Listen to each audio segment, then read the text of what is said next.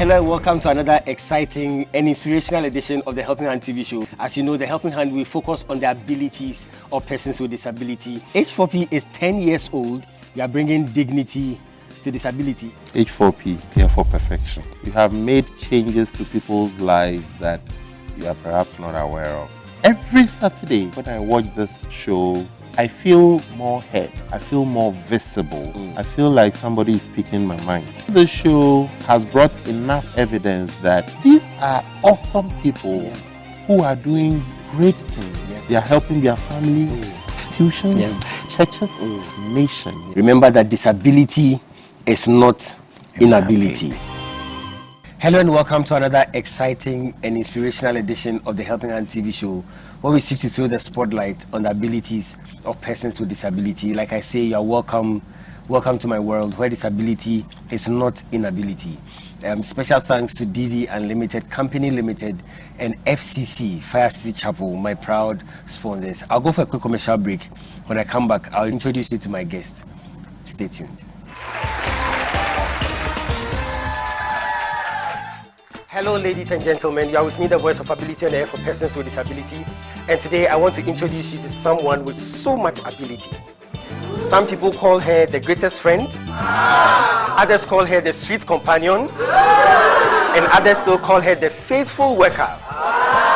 She is dependable, reliable, and adorable, and she's committed to lending you a helping hand anytime, anywhere. Distinguished ladies and gentlemen, help me welcome DV Cleaners.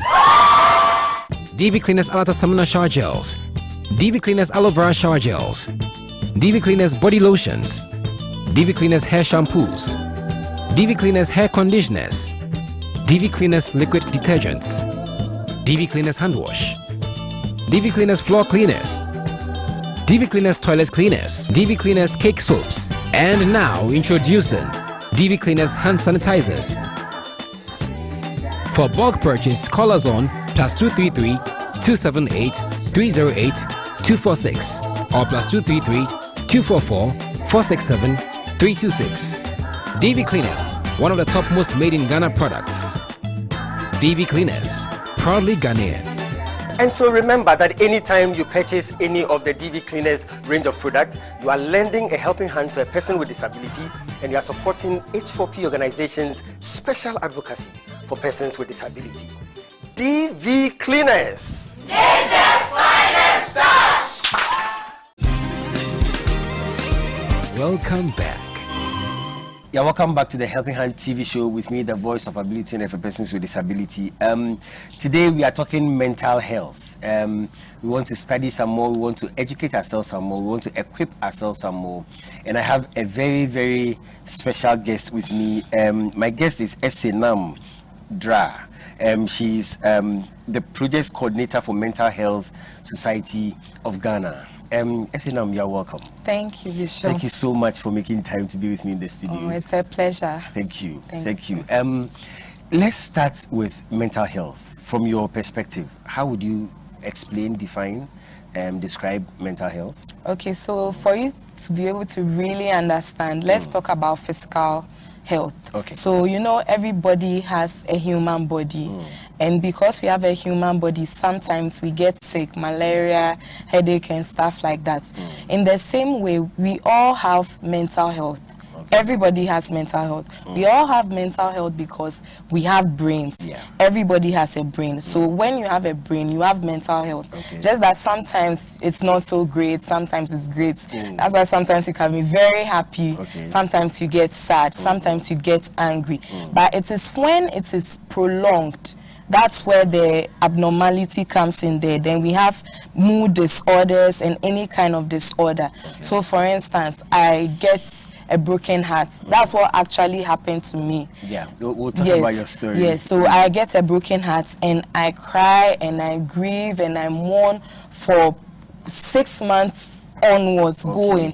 It's a very long time and I'm not getting any help, professional help. It's affecting my mental health. So for instance, if I take a sheet of paper like your paper and I crumple it so much that now it's, you see, when you try to straighten it out, you see the creases in there. So that, I'm just trying to explain that our minds are like that. Our mental health is just like that piece of paper.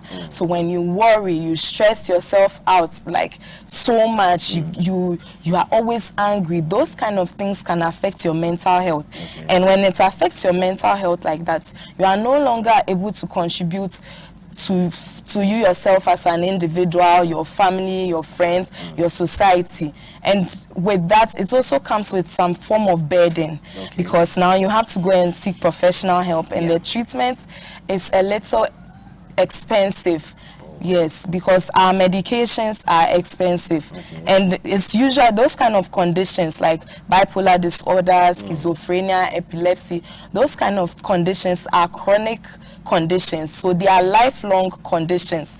So if, let's say I have hypertension, they'll tell you, the doctors will tell you, look, you can manage it, or high blood pressure or diabetes, you can manage it with medication. But for curing it, we don't have the cure for that, so you just have to manage it. So mental health conditions are like that.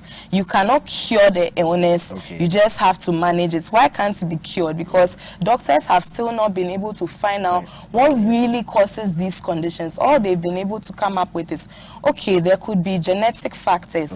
Genetic factors means that, okay, so I'm born into the draft family, but what my parents don't know is that in my gene, I have a bipolar gene.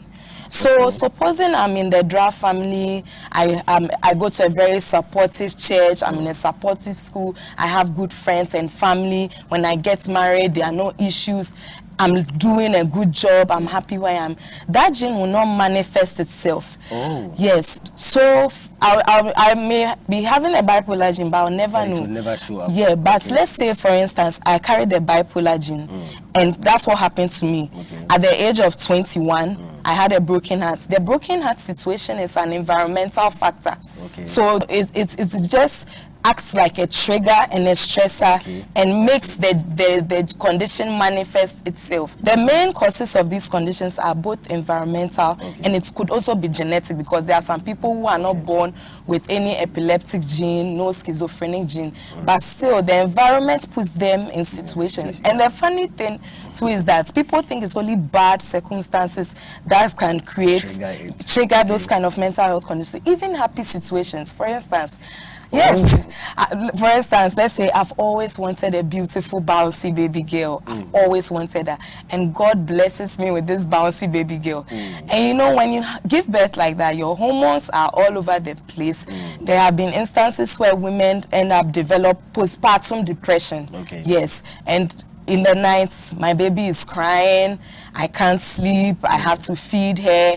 During the day, I don't have, my husband goes to work, I'm all alone, my friends are all at the office, no one is talking to me. So you see, after a period of time, I may be developing postpartum depression, but I may not know. People, my husband may come from work and think, my wife, she's acting really off. And even studies have shown that sometimes the woman may not develop the postpartum depression, but the man rather, in very rare instances, because sometimes when a father or husband sees that there's a new addition to their family, they begin to see the addition or the baby as competition. Like, oh, my wife is diverting all her attention to this baby, she's not paying attention to me, that kind of thing. So so mental health, we all have mental health. That's what I want everybody to know today. We all have mental health. It's a good explanation, because then it means that mental health doesn't mean negative. Yes, it's like I'm telling you, Bishop, that you have physical health. It's not a bad thing. But you see, the word mental has been misconstrued a lot. The moment you say, you don't, even if I'm not coming to say mental health conditions, I just say mental. The moment someone gets mental, they just get freaked out. And it has happened to my boss on many occasions. Sometimes he goes somewhere and says, oh, I'm from Mental Health Society of Ghana. Like, people get a little freaked out about it. Yes, but it shouldn't be like that. In the local parlance, when you want to say somebody is not thinking well, you see the person has gone mental. Yes, they will say you are not correct and stuff like that. And I understand, because these mental health conditions don't have their local language equivalent. Okay. So that's when all these stigmatizing and derogatory words come up through no fault of anyone really. But for instance, bipolar disorder, there is no tree or ewe or ga equivalent. The only tree equivalent I've heard so far to label mental health conditions, which to an extent is not derogatory, is adrimu yare. That one is, even when I came into the mental health space, that I heard them translating it. Before, I didn't even know adrimu yare existed. Let's come to your story. Okay. An interesting story. I'm going to let you tell us what happened. How did it all begin? Okay, you said it's an interesting story. It's quite an interesting story. The only reason why I can laugh about some of the things that happened back then is that God has just turned everything out for my good. Actually, it was a very difficult, stressful story for everyone who is connected to me and me, myself as an individual. So when I was 19, I started dating a certain guy. We were doing a long distance relationship because he was in another university in another region in Ghana, and I was here in Accra at University of Ghana, Legon. Then how did you meet? We met through a mutual friend. Yes, a mutual friend. And the thing is that before I met him, my whole life I had battled with inferiority complex.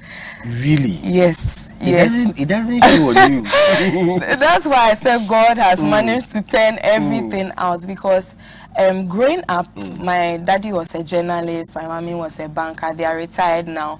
Two very busy people. Yes, yes. Very busy. We only got to see them on weekends. So my aunties, who doubled as house helps, literally raised us and took care of us. My parents did very well. I will not take that away from them by providing and all that. But you know, as a child, there are times that you need your father. There are certain seasons too that you need your mother. And I think my parents didn't really notice there was anything wrong with me in terms of battling with inferiority complex, because I was a happy child. They took us out when it was our birthday. They did everything for my brother and I. We are just 3 years apart. But at school, I was making good grades. But the thing was that I started thinking I wasn't beautiful. And I know it sounds weird, but I battled very weird. Yeah, I battled with acne when I was growing up. A lot of pimples on my face. I didn't see that happening for my friend. So I thought there was something wrong with me, and I had tried different treatments. It wasn't going. Now it's better, and sometimes people say, you don't even have any pimples. Then when I was about 12, 13, I had chicken pox. And I didn't know that tearing the skin and all that will give me some scars. So it just made my situation worse.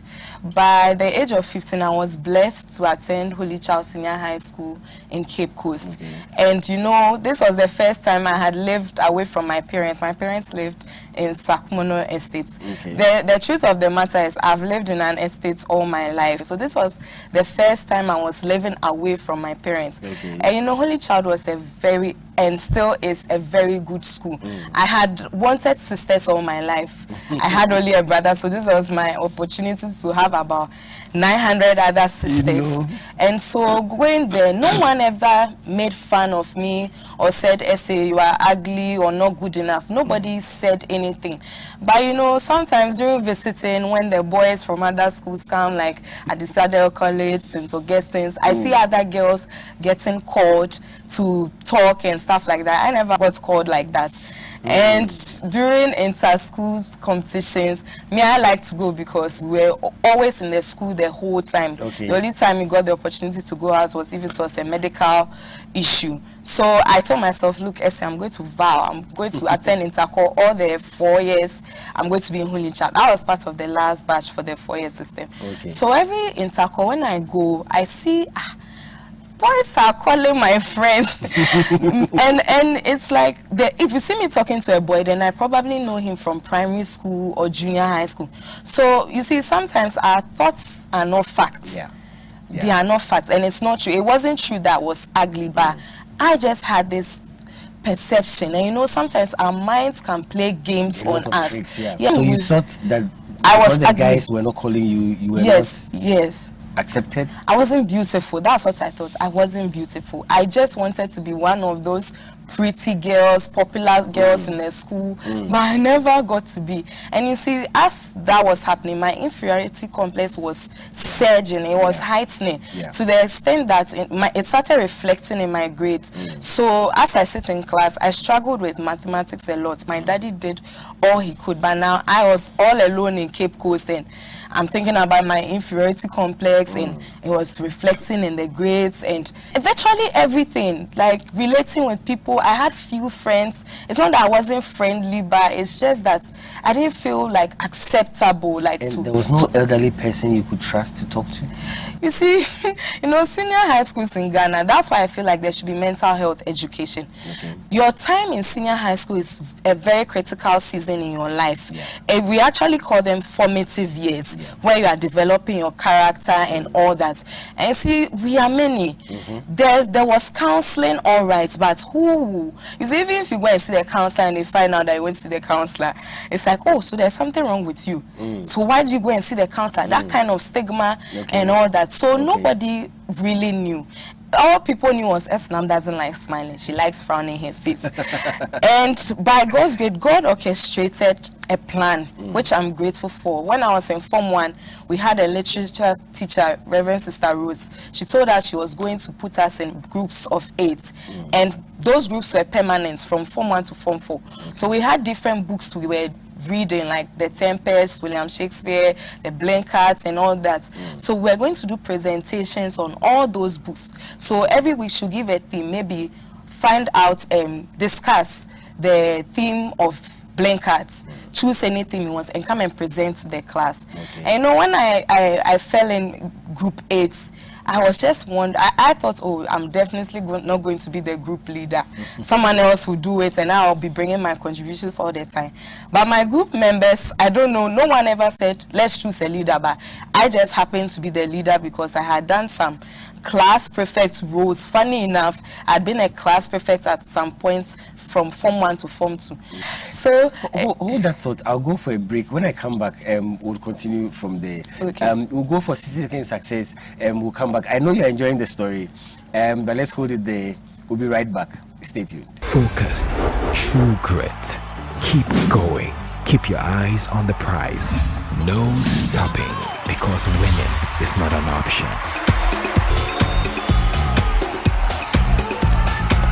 It's 60 Second Success with the Bishop. Stay tuned. Hello and welcome to 60 Second Success with the Bishop. Today I want to talk to you on the benefit of failure.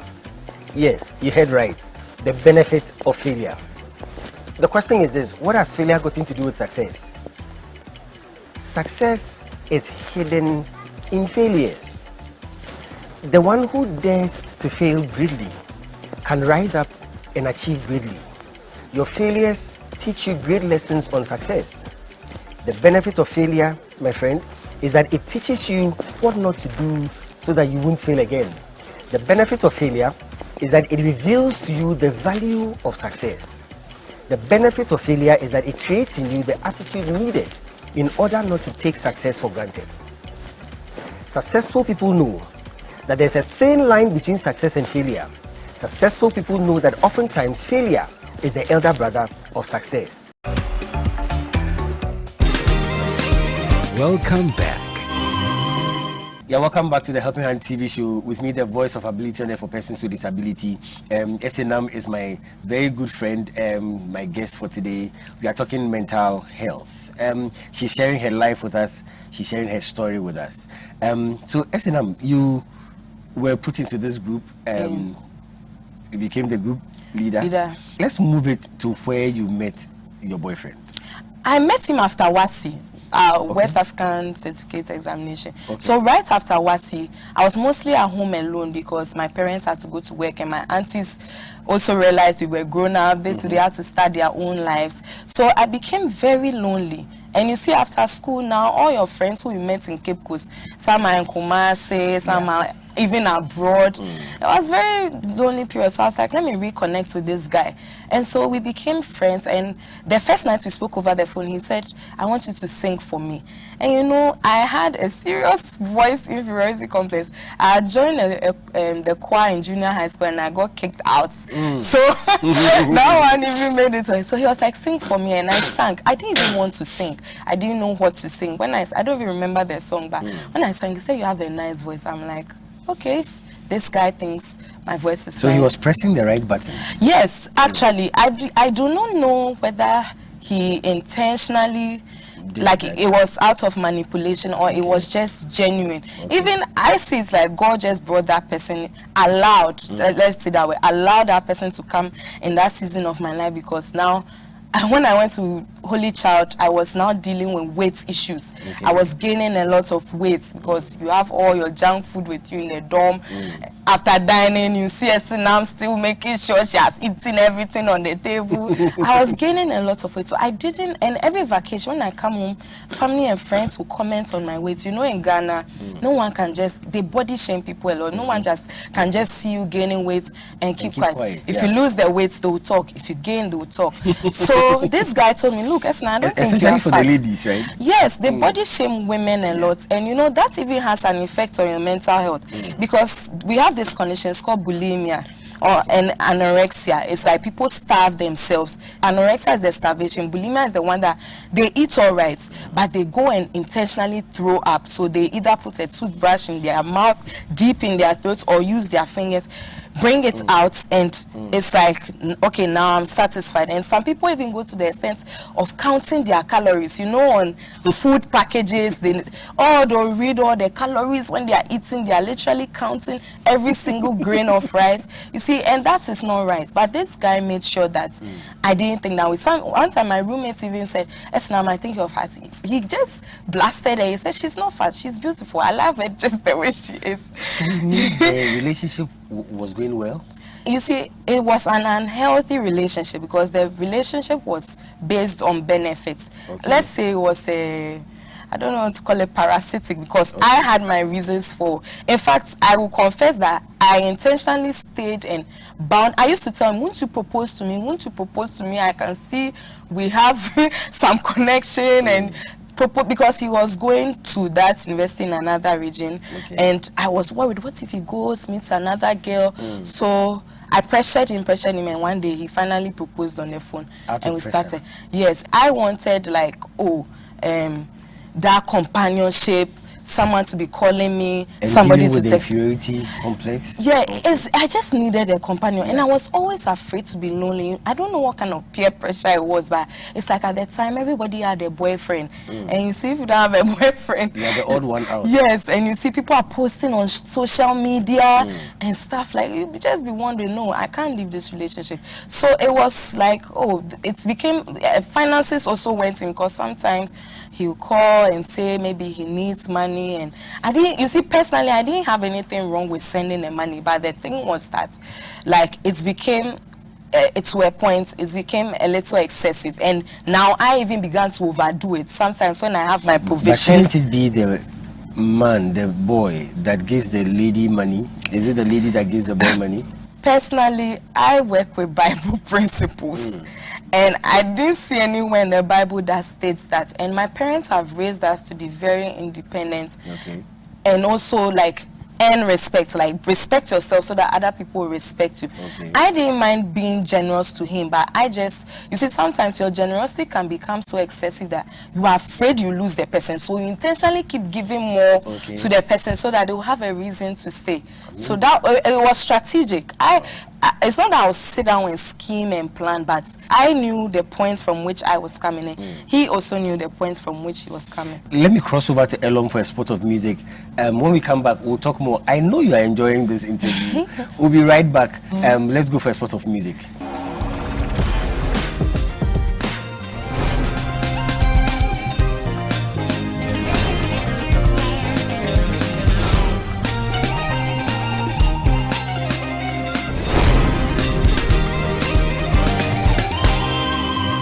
Is the music segment on the Helping Hand TV show. We give you all the glory, Lord.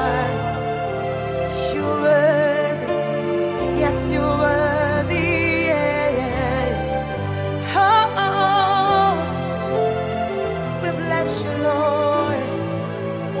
Hallelujah.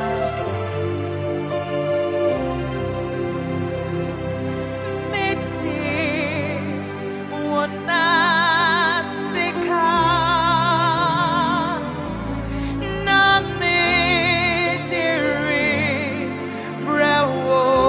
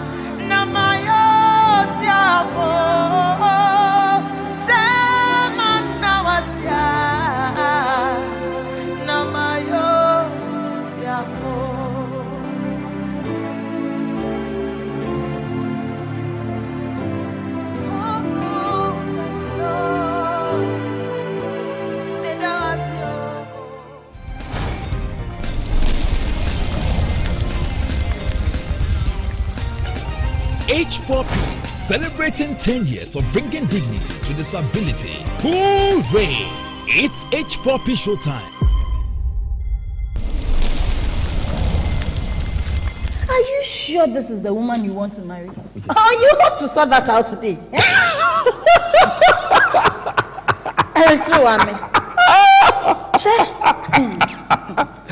Abba Morrison. He that is down. Look, I understand your concern, but you know how Edna is. If you say so, I hear you.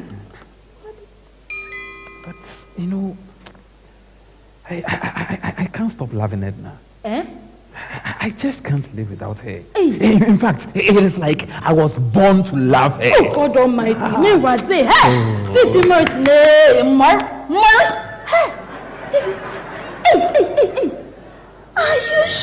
know exactly what you are doing. Oh, come on. Look, I have everything under control.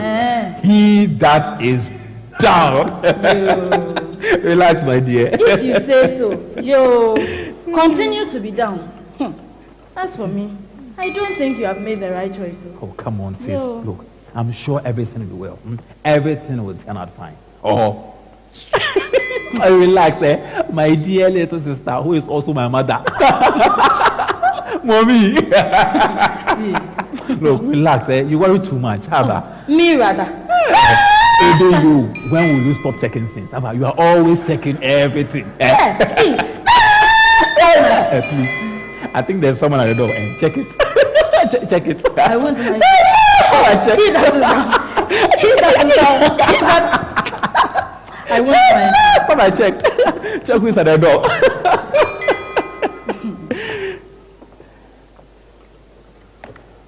Hi, Gabriella.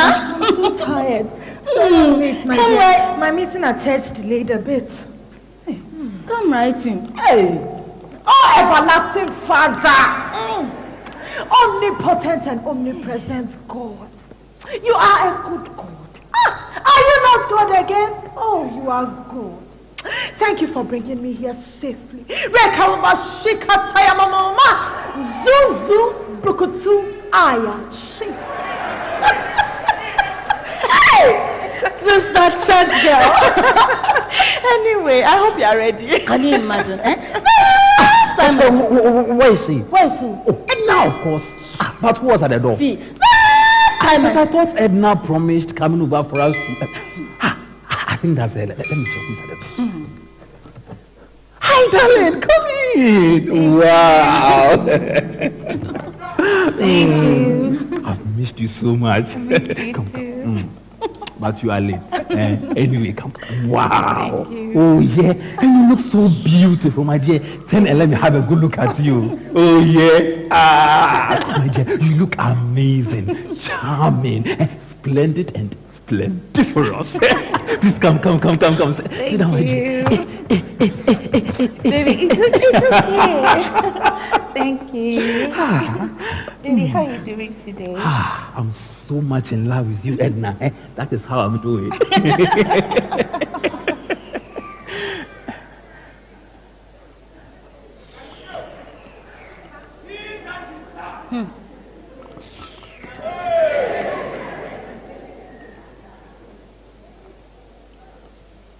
I love you too, baby. That's my girl, and I'm so glad you are here. Abba, kindly get Edna something to drink, okay?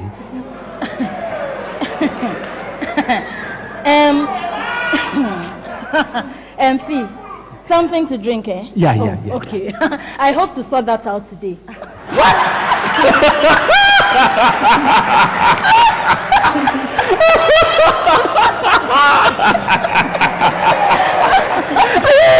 Hey, Amber Morrison. Look, enough of the jokes and get serious. But I'm serious. At least, last time I checked. Anyway, I'm going out with Gabby. I'll see you later. Hey, Amber Morrison, as for you.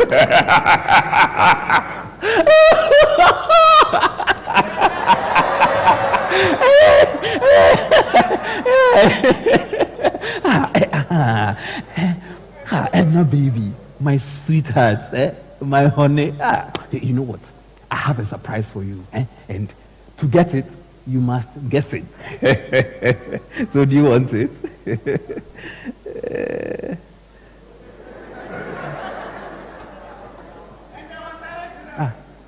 Baby, are you okay? Oh, come on, talk to me. Is my baby okay? What is it? Will your sister ever like me?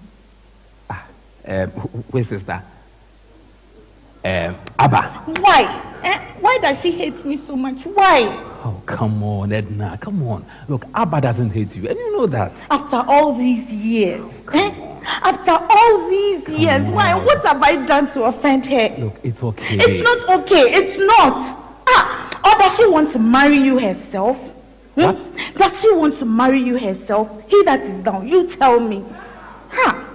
I'm fed up. I'm fed up. Purchase copies of the H4P melodrama DVDs today. Contact H4P on +233 209 555 777 or +233 596 313 338. All sales are for the promotion of our disability advocacy. So grab your copies now. It's H4P Show Time. It's 10 years of bringing dignity to disability. H4P Ajiko. Welcome back. Yeah, welcome back to the Helping Hand TV show with me, the voice of ability only for persons with disability. This is the special edition. We are talking mental health, and my good friend Esenam is here helping us dissect the issues. Again, Esenam, thank you so much for your time. Before we went on the break, I was heading towards where the breakup happened. Yeah. Already you knew the relationship was not healthy. Yeah. But you still stuck in there. You didn't want to lose the companionship. Yeah. But finally, it happened. Yes, and it happened when I was, I think, 20. Yes, it happened when I was 20 because I turned 21 in July that year. So we had started this relationship from when we were in our first year to our second year. And now in our second year, he started telling me over the phone that he had met someone. And the funny thing was he met the person like over the phone. The person was in Accra, like University of Ghana, in my school, as he was also in another region.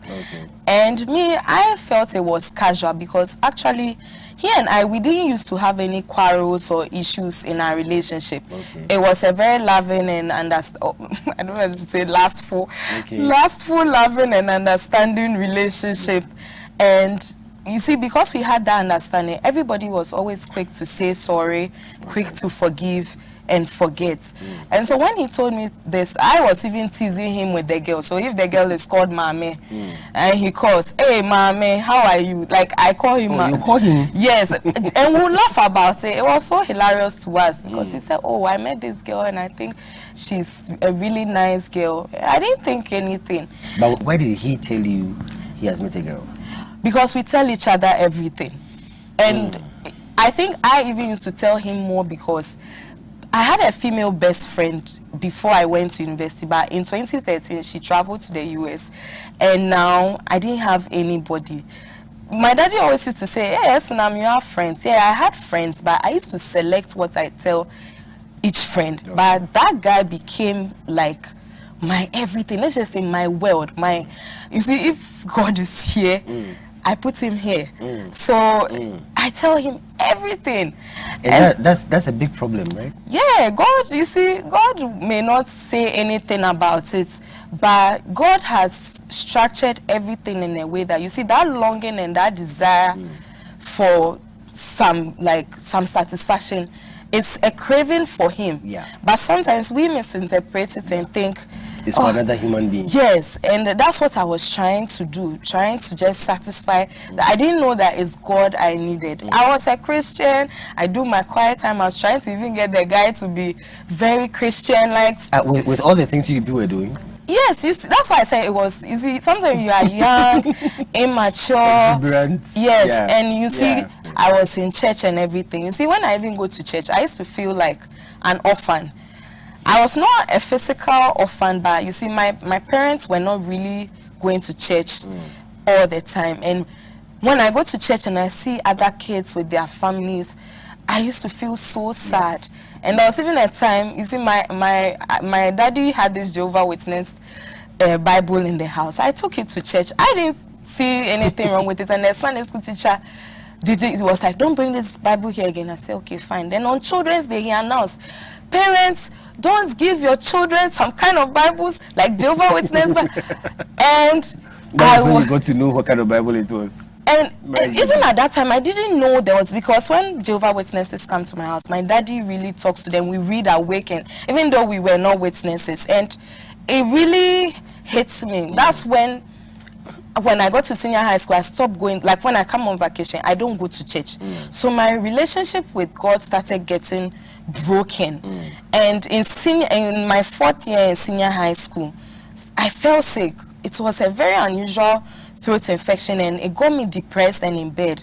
And one night I had a dream that not even, it was during the day that I was on a stormy sea, and like the devil was just telling me like, you are going to drown, you are going to die.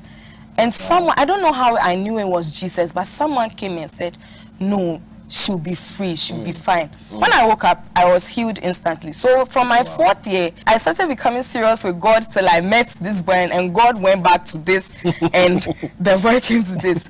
So with this mommy, I'm just going to say mommy, she wasn't a threat to our relationship. It was just... As far as you knew? As far as I knew. Okay. I don't know what he thought. Okay. But one time, I was talking on the phone with my roommates around, and I didn't think teasing him with that girl was a problem. My roommate was like, when I ended the call, she said, you know, Esinam, I don't think you should be teasing him with another girl. What if, like, he actually goes in for the girl?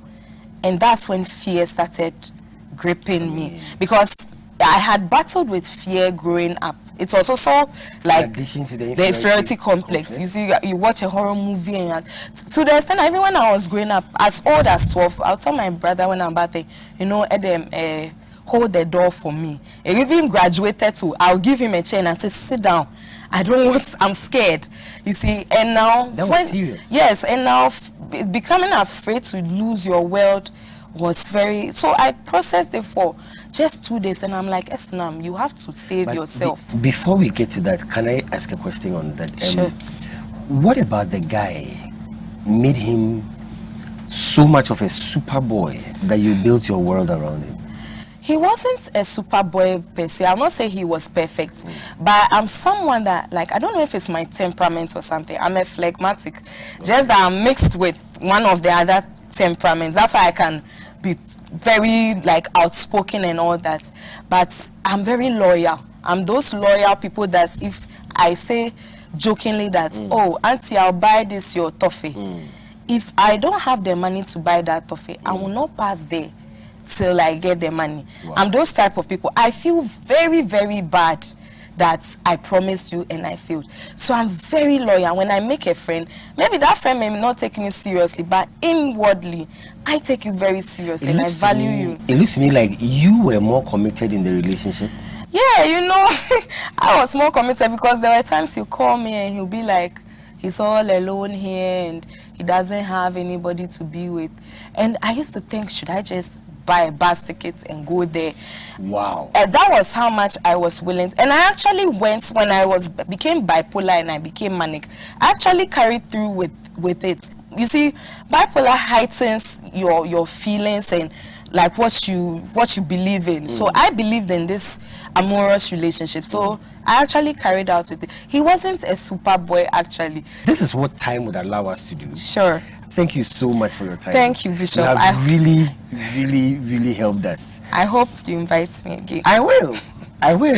I look forward to it. I will. Thank you. I will. Thank you for the opportunity. And thank you for what you are doing for all of us, like the vulnerable in society. And so many vulnerable people can't speak up. And this, your show, is like a microphone, just amplified. Even if 2 people watch, don't be discouraged. It's an impact. And I know that Helping Hand Show will go very, very far. Amen. Yes. Amen. Special thanks to my special guest. Esinam, I'm going to try to mention your full name. Let me see if I can do it. Okay. Esinam Abra Dra. Yes, Abra. Abra. Maybe crying. I always will say I'm not pronouncing it. Okay, we did our best. Yes, you did. Thank you so much, Esinam. Okay. Thank you so much. And thank you, DV Unlimited Company Limited, Fast Chapel, my proud sponsors. And thank you to all those who contribute to H4P through our mobile money system. I'm so grateful. I'm so grateful. And to my crew, what can I say? You always make this happen.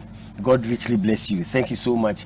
And to all those who stay tuned in every week to watch the Helping Hand Show, God richly bless you. I'm going to come your way again next week. Until then, remember that disability is not inability. Take care of yourselves. Stay blessed. I'll see you again soon.